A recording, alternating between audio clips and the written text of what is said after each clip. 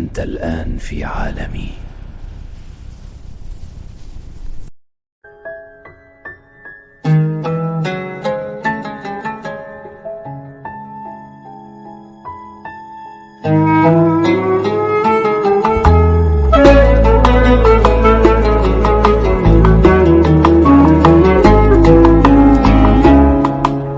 كنت في عزا عمي ربنا يرحمه، وابن عمي الكبير خلينا نقول اسمه كريم خدني أنا وابن عمي الصغير اللي هسميه مروان، وقال نروح نصلي العشاء ونتمشى شوية عشان نفك عن نفسنا.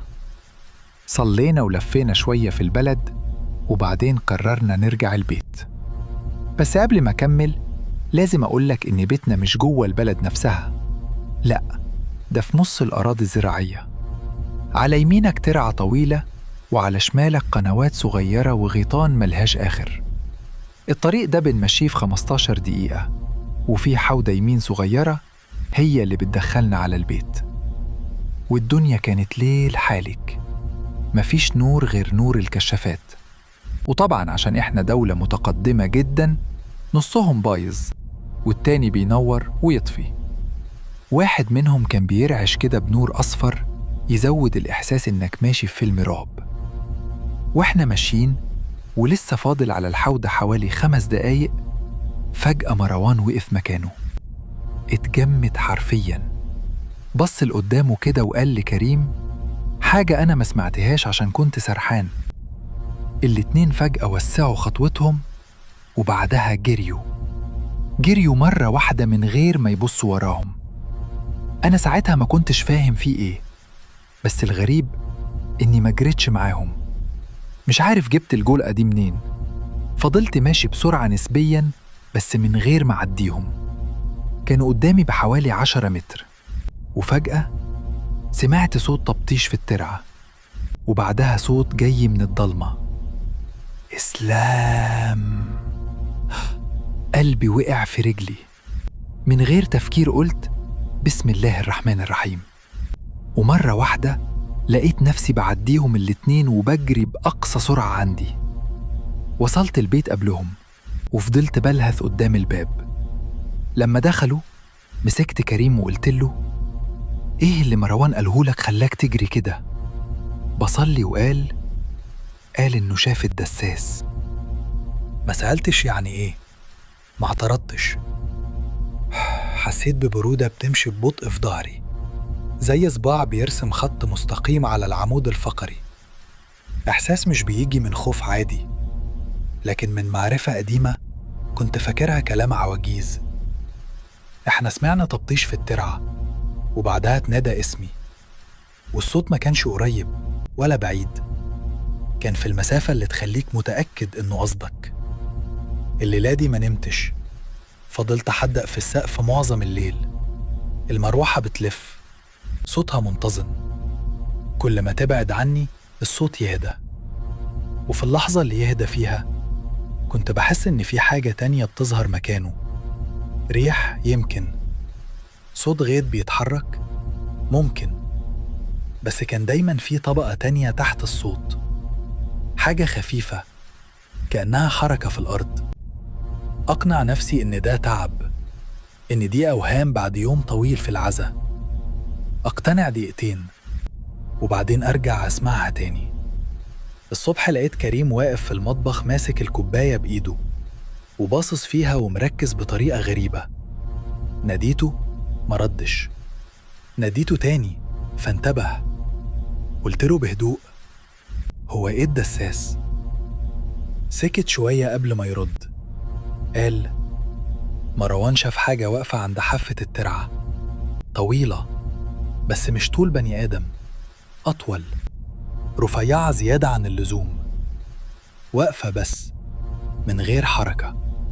سألته والتبطيش؟ بصلي وقال كان جاي من جوه المية.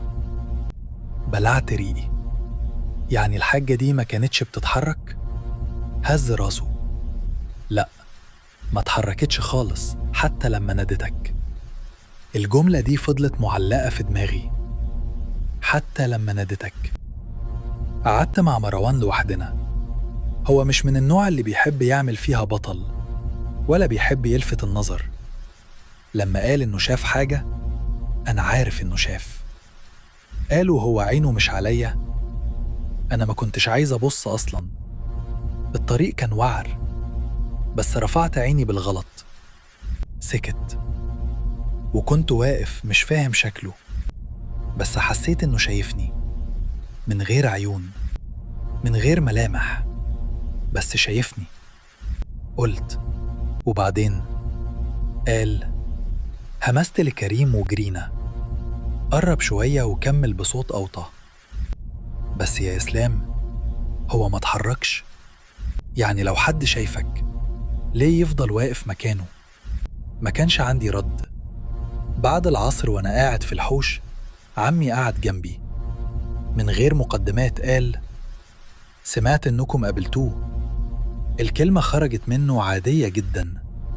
قلت: هو ظهر قبل كده؟ قال: بيظهر لما يبقى فيه موت، كأنه بيجي يشم ريحة الحزن. الهوا كان ثابت، حتى صوت العصافير كان قليل. سألته: وليه ينادي باسم حد؟ المرة دي بصلي بنظرة غريبة، لأنه ليه اسم وبيستناه. بس لما ينادي مش بيبقى بيناديك أنت، بيبقى بينادي التاني اللي شايل نفس الاسم. جملة بسيطة بس دخلت جوه صدري تقيلة. بعد المغرب بشوية كريم قال إن السجاير خلصت منه، وقرر يروح الدكان اللي في أول البلد يجيب غيرها. مروان قال إنه هيمشي معاه، وأنا قلت أروح معاهم بدل ما أفضل قاعد لوحدي. خرجنا بهدوء من غير ما نعمل ضجة، كأننا مش عايزين نلفت انتباه حد حتى لنفسنا. وفي الطريق ومن غير ما نتكلم اخترنا نمشي من طريق تاني، طريق أطول أوسع، بعيد شوية عن الترعة. المشي كان أبطأ المرة دي، مفيش هزار، مفيش كلام. في نص الطريق مروان قال بهدوء غريب: هو واقف. ولا حد بص، ولا حد سأله فين، بس كلنا سرعنا. بس كلام عمي كان لسه بيرن في ودني: هو مش بيناديك انت، هو بينادي التاني. اسمي إسلام، ومفيش حد في العيلة اسمه إسلام غيري. يعني لو ما كانش بيناديني أنا، يبقى بينادي مين؟ دي كانت حكاية الدساس. لو عجبتك القصة اعمل لايك واشترك عشان توصلك باقي الحكايات. سيب رأيك في تعليق وشارك الفيديو مع أصحابك. ولو بتحب القصص الطويلة تابعني على الفيس، اللينك في الوصف. سلام. إن الله وملائكته يصلون على النبي يا أيها الذين آمنوا صلوا عليه وسلموا تسليما.